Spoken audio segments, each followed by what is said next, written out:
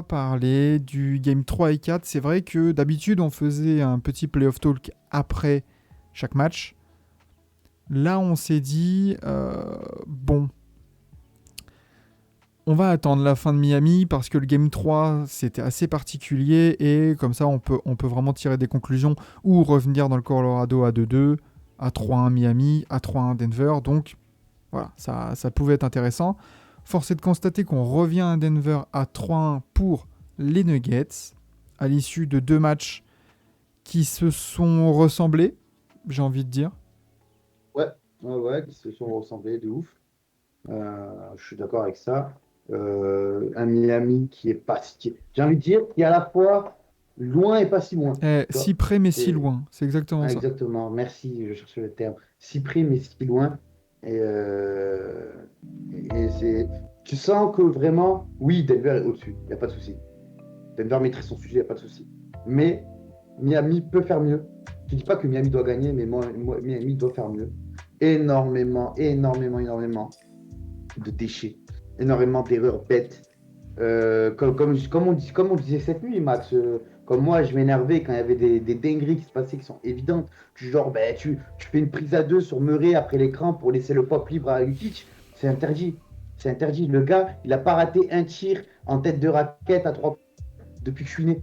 Donc Non, mais oui. tu le laisses pas dans cette position préférentielle. Même quand il était à 10 mètres, à 3 pas derrière la ligne, il te l'a mise. Donc au bout d'un moment, faut que tu puisses aussi réagir, te dire de toi-même, ah ouais, putain, c'est le seul là, putain.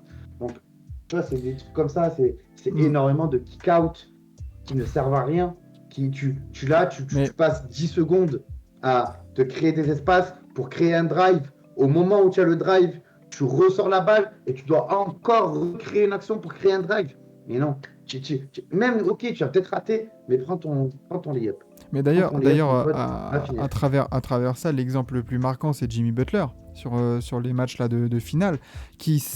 Alors, oui, tu vois, je vois, il y a Pawa, il nous disait, j'ai l'impression que Miami paye physiquement. D'ailleurs, ça me fait penser que faut que je publie le tweet d'annonce du sujet. Miami, tout comme Jimmy Butler, sont forcément touchés physiquement, comme Denver aussi doit avoir quelques bobos, c'est certain. Mais euh, j- j'ai l'impression, ouais, si près, si loin, et juste t'as Miami qui fait face à une équipe qui est meilleure en tout point, en défense, en attaque, dans le jeu, dans les individualités, sur le coaching. Sur le coaching, sur la série, Mike Malone, il est en train de danser sur Spoelstra. Hein. Mais est-ce que ce serait pas le cas de toutes les séries de Denver cette année? À part les Wolves, j'ai l'impression que toutes les équipes adverses, elles ont été proches et loin en même temps, comme le Heat. Parce que les Lakers, c'était Ouais, très très proche et très très loin en même temps. Les 4-0, mais Suns, les écarts étaient pas si énormes. Hein. Je crois qu'il y avait moins d'écarts même que là en finale NBA. Hein. oui, oui, il y avait moins d'écart. Oui, parce que t'as eu deux matchs, je crois, qui sont finis à 3 ou 5 points. Ouais, ouais, ouais. Les Suns, tu vois, ils étaient proches aussi quand même. Là, après, Miami, je vais tirer sur l'ambulance, hein, je vais tirer sur les deux, mais Max Truss et Gabe Vincent, quand ils font des matchs de merde, bah ça va pas. Bah, en fait, Forcément. on retrouve des joueurs à leur niveau. En fait, à leur niveau de ce qu'ils Ah, ont pff, montré, pendant la saison régulière. Des mecs Ouais, irréguliers qui peuvent en mettre 14 comme 2 deux jours après. Et on 12-0, se rend compte que le parcours à l'est du 8, ça a c'est un été miracle. ça a été surtout une bataille physique et une bataille psychologique. Tu vois, les matchs de gros chiens, ils les ont gagnés là-dessus, avec des performances, voilà, Strus, Game Vincent en finale de conf, Butler qui t'en tape 56 pour après, limite, tu sens qu'il a du mal pour en mettre 20 maintenant, tu vois. Enfin, c'est compliqué. Et là, là, tu vois, Enzo, je disais quand t'étais parti que Enzo, le hit, tu te confrontes à une équipe qui est meilleure que toi en tout point. bien sûr. Ah, bien sûr, il y a pas de débat dessus. En tout point, comme tu as dit, Denver est meilleur que le Heat et il n'y a aucun débat dessus. Il y a, genre, on peut même pas dire. C'est pour ça qu'en soi, on n'en veut pas tellement au Heat parce que ben, juste ils sont pas assez forts. Et ça arrive, c'est comme ça. Mais oui, pour me faire des louanges à Denver. Et moi, j'ai dit qu'au final, c'est la meilleure équipe, avec le meilleur joueur, avec le meilleur collectif, avec le meilleur coach de toute la saison entière qui gagne. Et on m'a dit, meilleur coach, pas sûr, il y en a. Alors oui, Spolstra est génial, c'est pour ça qu'il est exceptionnel, il n'y a pas de souci. Mais là où Mike Malone est un meilleur coach cette saison que Spolstra, à mon sens, c'est que en playoff, en fait, c'est un travail de longue haleine sur toute la saison régulière qui a été mise en place par Mike Malone, qui aujourd'hui est à son apogée. Et si aujourd'hui Denver est aussi dominant, aussi fort en playoff, c'est parce que en saison régulière, tu as eu des tests, tu as eu des ratés. Tu te dis, ok, là ça rate, on va changer. Et tu vois, en fait, c'est là où le travail de Spolstra est exceptionnel sur les playoffs. Le travail de Malone, lui, est à mettre à un crédit de toute une année.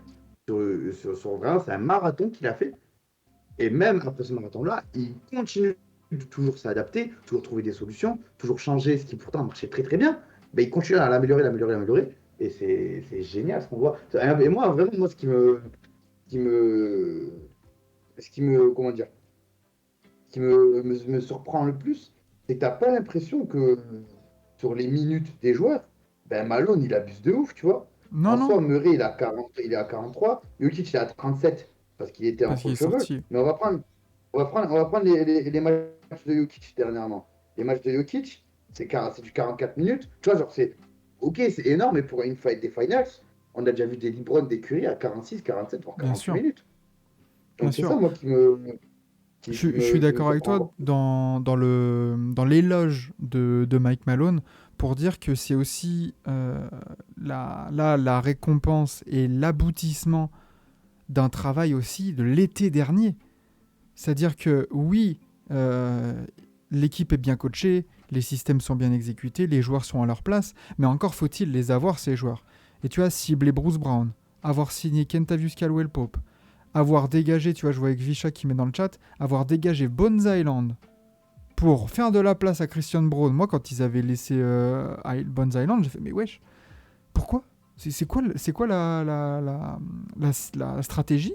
Ils récupéraient Reggie Jackson du coup, mais bon, vous voyez pas l'upgrade. Mais voilà, ils ont sûrement vu que Brown, il y avait un gros potentiel, et peut-être que Bones Island aussi avait des trucs comportementaux. Je crois que c'était sorti aussi comme quoi Bones Island, c'était pas un enfant de cœur non plus. Mais voilà, et on se retrouve du côté de Miami à l'inverse, face aux limites de ta philosophie, pour laquelle on a dit que c'était incroyable ce qu'ils arrivaient à faire avec autant de joueurs undrafted. Mais à un moment donné, tu te confrontes aussi à la dure réalité de s'ils n'ont pas été draftés, les mecs, c'est qu'il y a une raison. Quelle raison, s'ils ont fait un chemin de chien de la casse comme ça, c'est qu'il y a une raison aussi. Et tu vois, là, je suis devant les stats des playoffs. Nikola Jokic, c'est seulement le 12e joueur avec le plus de minutes en moyenne. C'est fou de dire ça. Et même, genre, quand on va prendre les moyennes du coup, que de, de De saison. Denver, quand on prend, non, Ah, sur les ok. playoffs, quand on prend les moyennes de Denver, Murray, Jokic, c'est 39 minutes. Après, tu as Gordon à 36 minutes. Ce qui n'est pas énorme pour des playoffs, tu vois. Ça veut dire que pendant 12 minutes, tu as quand même un gars qui est starter, qui est ultra important dans ton système, qui ne joue pas, tu vois. Tu as un Bruce Brown qui n'est qu'à 26 minutes, tu vois. Genre, tu vois, c'est des gars où tu sens que c'est un vrai collectif qu'il a créé, où quand des gars rentrent, ils savent ce qu'ils doivent faire et ça ne bouge pas. Tu vois, il n'y a pas t'as pas ce moment-là où tu te dis, ah vas-y, seconde unit, c'est là où ça va un peu être un peu bancal. Non, non, non. Seconde unit ou pas, ça marche pareil, ça score pareil, ça défend pareil, ça joue pareil. C'est ça Exactement. Et qui est. c'est ce qui a été dit aussi en conférence de presse. Je crois que c'est Aaron Gordon, là, quand j'ai fait la traduction, qui le disait. Il a été interrogé sur la stratégie quand Jokic a eu sa 5e faute à 10 minutes à la fin du match, avant la fin du Ouais. match. Il a dit, mais de toute façon, on a joué pareil. On a défendu pareil, on a attaqué de la même façon. C'est juste que, oui, le joueur est incroyable, Nikola Jokic, et tu peux pas le remplacer. Mais en soi, tu changes les joueurs, mais tu changes pas le système. C'est Et ça. c'est ça qui caractérise ces Nuggets-là, c'est que oui, tu peux avoir Jokic qui s'en va, tu peux avoir un MPJ, je le voyais dans le chat, qui passe totalement à côté de ses finales, aucun Et problème, ça il y a marche, les mecs qui ça step marche up. pas. Bien sûr. T'as Gordon encore hier, il est meilleur marqueur de la soirée. Mais ça, Aaron Gordon, quel match hier, le Game 4 là. Et quel playoff, même. Quel playoff d'Aaron Gordon. Oui. Non, c'est... Et tu vois, je recherche vite fait parce que à l'inverse, j'aurais bien envie de voir si je peux afficher les stats avancées là. Si je peux trouver l'usage rate. Ah voilà, les usage rates. Tu vois, hier, Jokic a un usage rate de 32, MPJ 26, Gordon 22, Jamal Murray 21, Bruce Brown 21. T'as 5 joueurs qui tiennent le ballon. Du côté de Miami, et tu vois, c'est pour ça on le cherchait hier pendant le match, Adebayo a certes fait 7 pertes de balles, il a un usage rate de 30%. C'est énorme. Ton pivot, qui n'est même pas un pivot à la Embiid, Karl Anthony Towns, Anthony Davis, qui peuvent monter le ballon, qui peuvent gérer des attaques par eux-mêmes, ton pivot a 30% d'usage rate. C'est beaucoup trop. Et après, tu as Butler à 23, Gabe Vincent à 20, Kevin Martin à 18, etc. etc. Mais ça ne m'étonne pas, tu vois, les pertes de balles. Oui, Adebayo, il a été très, très maladroit. Mais bon, en même temps, qu'est-ce que t'attends, quoi? Tu voulais dire, Quentin? Bah, j'allais dire, ouais, Adebayo, il a été maladroit. En même temps, il n'y a que lui qui donne l'impression d'être au niveau de ses finales au 8. C'est le plus Putain. régulier du 8, c'est le meilleur joueur du 8 sur ses finales. Enfin, voilà. Ah bah clairement, franchement, Adebayo, il tente au moins, oui, je suis d'accord. Je suis tout à fait d'accord. Contrairement à Jimmy Butler qui se cache. Est-ce que vous pensez qu'il se cache? Non. Moi, je pense juste qu'il peut plus jouer comme il le veut avec sa cheville. Et je dis pas que c'est une excuse, je dis juste qu'il peut plus jouer comme il le veut avec sa cheville, c'est un fait. Et qu'il essaye de s'adapter. Sauf que forcément, à côté, ça suit pas le rythme. Ça peut pas prendre les responsabilités qu'il faut prendre. Et c'est pas qu'il se cache, mais que il peut plus forcément faire des ISO. Tu vois, genre, on voit très très peu de Butler ISO, tu vois. Alors que contre les Bucks, on envoyait ISO sur ISO.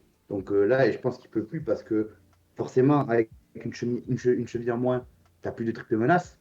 Et c'est là où Butler arrivait à faire son pain. Donc c'est un peu plus compliqué et il ne se cache pas, il fait juste comme il peut. Hier, il tente seulement, entre guillemets, 9 lancers. Et connaissant Butler et son jeu, sachant que tu as Nikola Jokic à l'intérieur, je pense que c'est aussi un indicateur où, s'il est à 100%, il va en choper 4-5 de plus, tu vois, très facilement. Et après, ça met en rythme, ça provoque des fautes, du coup, bah, ça met dans des situations un peu plus délicates défensivement. Donc oui, clairement, ça joue. Même au Game 3, hein, il n'entend que 6. Voilà, c'est ça. Après, en conférence de presse, du côté de Miami, l'accent a été mis. Je pense que ici, tous les trois, et peut-être dans le chat, vous êtes d'accord, la série est finie. On ne voit pas Miami remonter un 1-3-1 lead, ou alors là, Jamais. voilà, Parce que si le 8 seed remonte un 3-1, on plie les goals, c'est bon, c'est terminé, tu vois. Bah, déjà, il peut y avoir un espoir parce que je pense qu'au prochain match, t'as plus rien à perdre. Tu vas peut-être intégrer Tyler Hero. Non, non. Mais Bah, pourquoi? Mais non, mais pas du t'as rien à tout. perdre. T'as rien à perdre là, t'es mené Mais 3-1. t'as rien à perdre, au contraire, t'as tout à perdre. C'est lui, c'est Nuggets qui a rien à perdre. Non, non, non, non, tu es ouf, toi, ou quoi? Moi, je vais pas. Quoi, genre, le match le plus, comment dire, coup près de ta saison, tu vas faire jouer un mec qui a aucun rythme. Non, ce Ouais. serait totalement débile. Non, Bah ce après, serait totalement autant débile. tenter de toute façon. De toute façon, au pire, ça va être quoi? Ça va être, il va faire comme Max Truss, il va faire un 0/6. Parce que là, après, qu'est-ce que tu veux tenter de plus en vrai? Bah, ça allait être après ma question. Mais je reviendrai peut-être sur avant, sur ce qui a été dit en conférence de presse là, du côté du 8 après le Game 4. Mené 3-1, l'ambiance n'était pas foufou hein, dans le vestiaire, nous l'a dit Bam Adebayo. Mais l'accent, Spoelstra, il l'a répété, je crois, au moins 3-4 fois à chaque question. C'est l'objectif, c'est de revenir à Miami. C'est bon. Faut revenir à Miami, faut aller gagner là-bas. Oui, parce qu'en vrai, But- tu gagnes là-bas, tu reviens à Miami. Tu sais pas ce qui peut se passer à Miami. Le problème, c'est que Miami, ça fait 4 matchs à domicile qu'ils perdent de suite. Ouais, mais vas-y, parce qu'il n'y avait pas les badges sur le courtside, c'est pour ça. Bah, Là, ils vont aller chercher. Ah, il y avait Ils vont aller Shakira, chercher- pourtant. il y avait Shakira, attends. Hein. Ouais, mais Shakira, c'est une MILF maintenant, c'est plus une badge. Bah alors, c'est encore mieux. Oula, Mais c'est oula. vrai, Ouais. mais les Mais tu badges es et MILF, c'est pas la fou. même chose. Mais tu es fou. Non, mais non, j'ai pas dit que Shakira est éclat. J'ai juste dit que ce n'est plus une badge, c'est une MILF. Mais ça devrait encore plus les motiver, Cela ne nous justement. regarde pas. Non, mais c'est quoi? Ramène Rachel Nichols. Ramène Rachel Nichols sur le courtside, et là, on verra qui est qui. Ramène Rachel Nichols. Avec Rachel Nichols, Rachel Nichols pardon, en courtside, Jamie MVP. Ramène de 3-4 meufs à Zion et c'est bon, hein, c'est reparti. Oh putain. Mais du coup, ma question après ça, alors oui, juste je reviens, Jimmy Butler, il a été interrogé aussi en conférence de presse sur son côté playmaker, sur son côté je kick out à chaque pénétration. Je sais que tu n'es pas d'accord, Max, mais son côté playmaker qui a été largement mis en avant sur les 2 dernières séries. Si tu veux.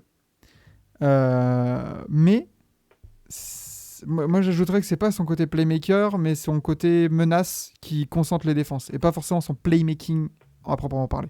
Ouais, je comprends ce que tu dis. Il a été interrogé sur ça. La réponse de Butler a été claire. Non, je ne serai pas plus agressif au scoring. Je fais confiance à mes gars, donc Strus, Gabe Vincent, enfin voilà, tous les mecs qui ont profité de sa gravité. Eh ben, bravo mon gars, bonnes vacances à toi. Voilà, qu'est-ce que vous en pensez? Est-ce qu'il s'enfonce? Est-ce qu'il... Ouais, moi je pense que. Après, il y a peut-être un peu de désintox, parce que forcément, il va pas dire D'intox. oui, non. Désintox. C'est de Ouais. l'intox. Je te rappelle Ouais, que la t'as vu, Maradone toi. n'est plus au 8. Il y a un peu de désintox là-dedans. Il y a un peu d'intox, merci. Il y a un peu d'intox peut-être là-dedans, parce que tu vas pas annoncer ton game plan en conférence de presse, tu vois. Donc, après, je pense que oui, il va, au bout d'un moment, Jimmy, peut-être que tu as mal, peut-être que tu n'as pas mal, je sais pas, mais très clairement, on l'a vu, ils sont pas capables. Ils sont pas capables à côté, donc tu dois prendre tes responsabilités. C'est clair. Et encore, je l'ai vu dans le chat, Kevin Love a été capable, là, dans le Game 4, de sonner une espèce de petite charge, là, en mettant quelques 3 points et même en attrapant des rebonds et tout. Enfin, du Kevin Love dans le texte. C'est vrai que son utilisation, elle est un peu chelou, mais en vrai, qu'est-ce que tu veux faire de plus avec Kevin Love? Le hit, là, se confronte à la problématique du « mon roster n'est pas assez deep ». Ben, Ta surtout rotation qu'il intérieure, c'est Cody Zeller et Kevin Love. il a surperformé en plus sur dans le game 4 là. Donc, moi, tu ne comptes pas dessus sur le game 5. Non. Là où tu dois compter, c'est Martin, Struss et Vincent qui arrêtent de jouer comme si c'était en départ. Tout en gardant une production correcte d'Adebayo, de Butler, de Lowry. Enfin, tu vois, ça fait énormément de facteurs juste pour se dire ils ont une chance, tu vois. Mais bon, vous êtes le hit là, messieurs. Vous sortez de ce match 4, et même dans le chat, dites-moi. On l'a dit, vous êtes dominé dans tous les compartiments du terrain. Sur quel aspect vous vous concentrez pour essayer de changer la donne? Vous vous concentrez d'abord sur la défense, sur l'attaque. Qu'est-ce qu'il faut faire du côté du 8? Concentré sur l'attaque. Ouais. Parce que hier, la défense, elle était... C'était compliqué, hein. Tu parlais... Putain. Je savais que tu étais en train de préparer une connerie. Mais oui, on parlait de la défense, on parlait des prises à deux sur Jamal Murray qui laissait Jokic tout seul. À l'intérieur, on a eu des oublis en backdoor en pagaille. Est-ce que c'est vraiment l'attaque, vous, qui est le plus urgent? Bien sûr. Ben, Ouais. concrètement, tu sais, je vais te citer un entraîneur PACA qui s'appelle Didier Jacquet, qui a été mon formateur. La bise à lui. La bise à toi Didier, qui a été mon formateur lors de mon diplôme de coach. Il y a des gars, il y a des gars, bon là je vais mettre en format NBA parce qu'on parlait pas en parler. Il y a des gars, ils mettent pas 100 points par match et après ils se regardent les jeux et ils font les gars, la défense. Bien la défense, mais au bout d'un moment, faut mettre des paniers aussi pour gagner. Donc, euh, donc là, concrètement, en défense, tu prends 104, 111, 109, 108. C'est pas scandaleux. Dans la NBA d'aujourd'hui, c'est pas scandaleux. Alors qu'en régulière, 10 matchs sur 11, ça se finit à 130 points. Donc c'est pas scandaleux. Juste, sur les mêmes matchs, il y a une seule fois où tu as mis plus de 100 points, c'est la fois où tu as gagné. Sinon, tu fais 93, 111, tu gagnes, 94, 95. Hmm. Donc non, le souci, c'est l'attaque. Et même si on prend plus loin, si on va prendre ce qui s'est passé avec les Celtics, tu mets 87 points, tu perds. Tu mets 99 points, tu perds. Non, et dès que tu mets 100 points, tu as gagné. Voilà, Miami sur ses playoffs, ça met 100 points, ça gagne. Donc au bout d'un moment, faut mettre tes 100 points. Mercurochrome qui dit j'ai l'impression de revoir le même scénario que l'année dernière, une équipe décimée physiquement plus le franchise player blessé. Mais l'année dernière en finale Warriors Celtics, il n'y avait pas ça. Oui, il parle des Celtics. Là. Les Celtics, il n'y Je avait comprends. personne de blessé. Si, il y avait Tatum blessé à l'épaule. Mais après, Mais il a joué. compare pas. Mais compare pas les franchise players des Celtics avec les franchise players des Druids en plus, là-haut. Mercurochrome, Pawai nous dit il faut de l'adresse, il faut de l'attaque parce que certes la défense a bien été sûr, atroce hier soir, mais s'il y avait eu de l'adresse, bien sûr, exactement. bien sûr. Tu mets 3 shoots de plus, c'est un tout autre match. Tu mets 3 shoots de plus, il y a 104, 108 au final. Et le pire Et pour moi, c'est que encore hier, t'as un MPJ qui est un peu dégueu, t'as un Jamal Murray qui est hyper discret, t'as Jokic qui a été sorti très tôt pour 5 fautes pendant 5 minutes, t'as pas su en c'est ça, profiter. t'as pas profité. T'as pas profité, pourquoi? Parce que, en gros, Denver, ils ont mis la bombe en contre-attaque quand il n'y avait pas Jokic, et toi, t'as pris l'eau.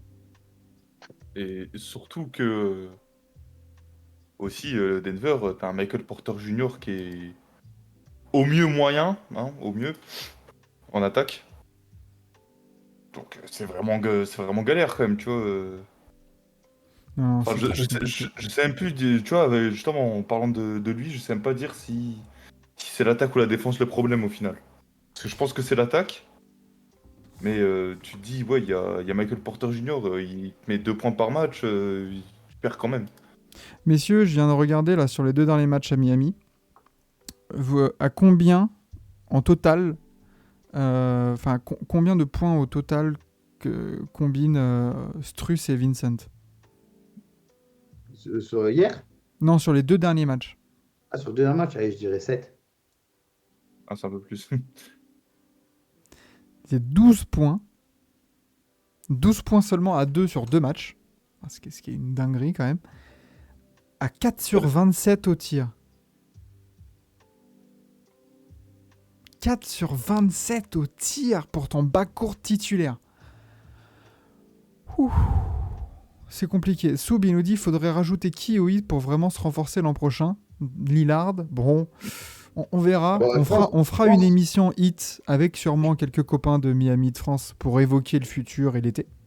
Je pense que si tu rajoutes Lillard, LeBron, Curry, Zion, Thanos, t'as une chance. T'as une chance. Mais on fera une émission sur le hit comme on l'a fait pour les Celtics, pour les Lakers, pour les Warriors, etc. Donc on reviendra là-dessus. Pawai nous dit j'ai beaucoup aimé la gestion de Denver avec Jokic en fall trouble. C'est ce qu'on disait même en live. Aaron Gordon en 5, Jeff Green en 4, Bruce Brown, Murray et MPJ ou Christian Brown, etc. Et ça marche parce que Aaron Gordon, par son athlétisme, par ses longs bras, par son explosivité, il te fait le job. Parce qu'à l'intérieur, côté Miami, c'est pas Cody Zeller qui va le limiter. Kevin Love, il est super sympa, c'est un bon mec, mais il peut pas le limiter. Et puis quand il y avait les switches sur Gabe Vincent, sur Max Strub, sur Caleb Martin, pardon, c'était barbecue chicken. T'as aucune solution du côté du hit. C'est ça le problème. Mais je pense quand même que moi c'est plus tu vois, vous c'est l'attaque, moi je me concentrerai sur la défense. Parce que c'est là où les points un peu faciles en transition et les runs peuvent se faire. Parce que j'ai l'impression que c'est un grand problème du 8 là, sur ces finales, c'est qu'ils n'arrivent pas à faire un seul run. Mm. Mais un run vraiment significatif, tu vois. Je dis pas, ils étaient menés de 15 points, ils reviennent à 6, tu vois.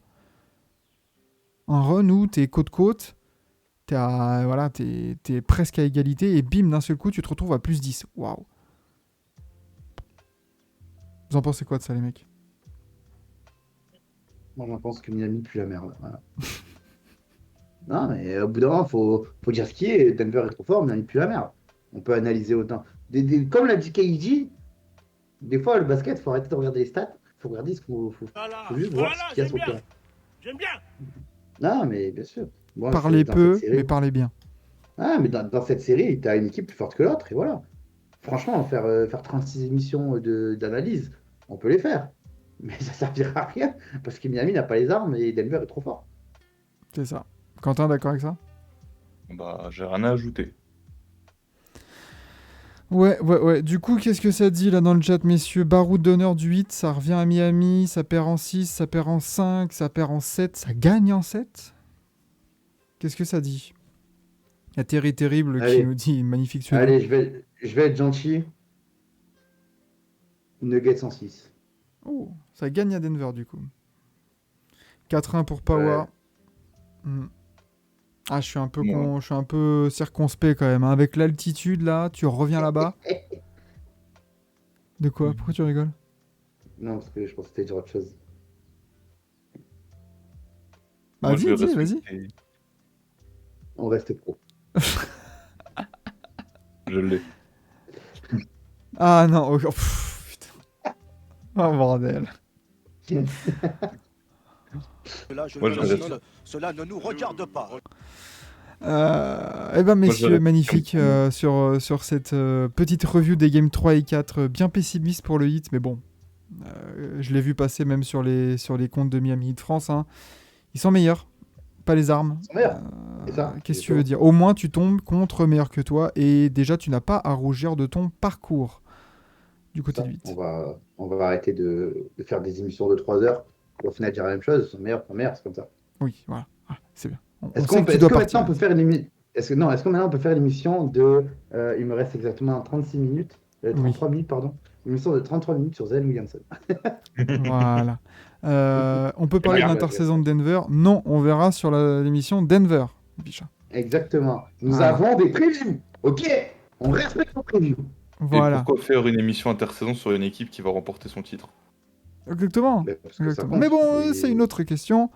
Passons à autre chose. Bravo aux Nuggets. Et on se retrouvera bien évidemment pour le Game 5 dans la nuit de lundi à mardi sur Twitch, commenté en live pour peut-être le dernier épisode. Non, pas le dernier épisode, le dernier match de la saison. Et après, dodo.